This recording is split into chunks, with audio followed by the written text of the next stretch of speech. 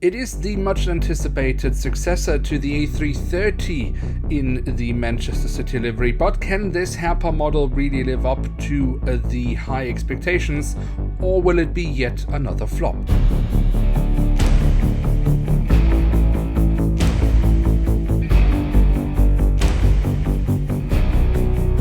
And with that, hello and welcome to a new episode of Review, where we today will take a closer look at a Boeing 787-9 of Etihad Airways. At the front of the box, we have the cutout so we can get a glimpse of the aircraft model inside, and on top of the box, we have the Etihad Airways branding. On the back side of the box, we then have yet another cutout.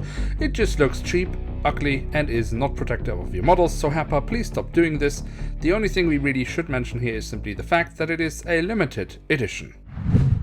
And here she is, the Boeing 787-9 of Etihad Airways in the Manchester City livery. This is already the second aircraft that has such a livery. The first one was an A330-200, which we have reviewed years ago.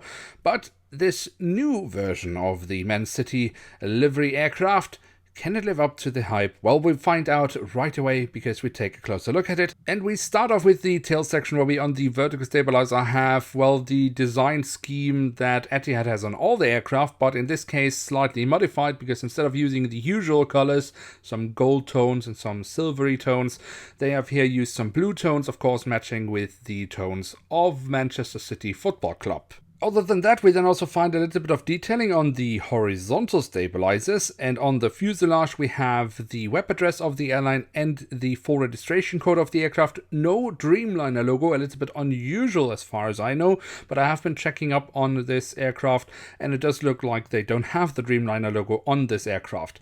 And then at the very tail of the aircraft we also have a little bit of detailing around the APU exhaust. And from there we can then move on to the front of the aircraft, where we across the fuselage find the writing of Manchester City and of course also the Manchester City crest.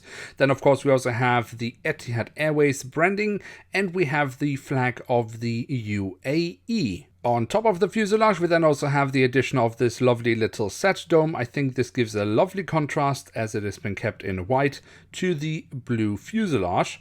And then we have a little bit of detailing around the cockpit section. We have the circular line around the nose cone. We have the window wipers and, of course, the cockpit windows. Above the cockpit windows, we have the last letter of the registration code. And we also find the emergency hatch for the cockpit printed on as well. On the engine nacelles, we then find some design elements that we already found also on the fuselage, and we of course also have the Manchester City crest.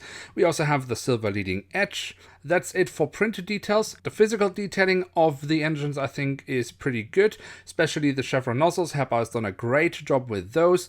And of course also if you look into the engines from the front, we can very nicely see the engine fan blades. And from there we can then quickly move on to the wings and take a look at those, because we should definitely also spend a little bit of time with them.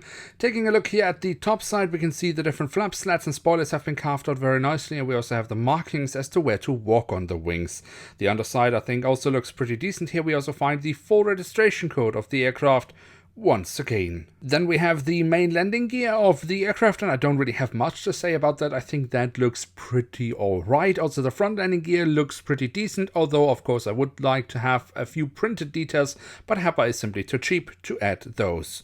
And then we have a detail on the belly of the aircraft, and that is the Etihad branding. That however has been slightly destroyed by a hole in the fuselage for a stand which is not included with this aircraft model, making it completely pointless. And then last but not least, we also have the doors to the cargo compartments printed on here in the back side of the aircraft and here at the front of the aircraft.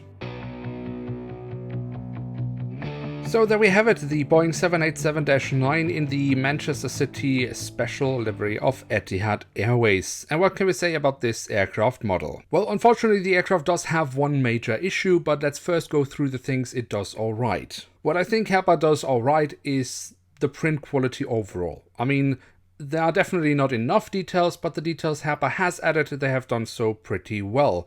Also, the physical detailing of the model is good. I like the chevron nozzles, the engines have been pulled off really nicely. No parts fell off when I received the model or while recording it, so the quality overall seems to be alright. But as I mentioned, there is a big issue, and that is actually going back to the print. Because for whatever reason, Herpa has decided to add loads and loads of small particles in the print, making this aircraft look extremely shiny.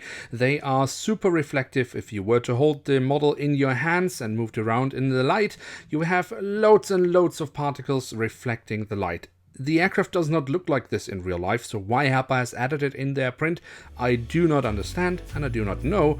I just know that it matches the topic of Herpa in 2020. If you can do it right, do it wrong. So with this once again puzzling end to an episode, it is time to end this video. If you have enjoyed it nonetheless, I hope you have, then feel free to leave a like. That would be very much appreciated. And of course, if you are new around here, why not hit subscribe? That would be absolutely awesome.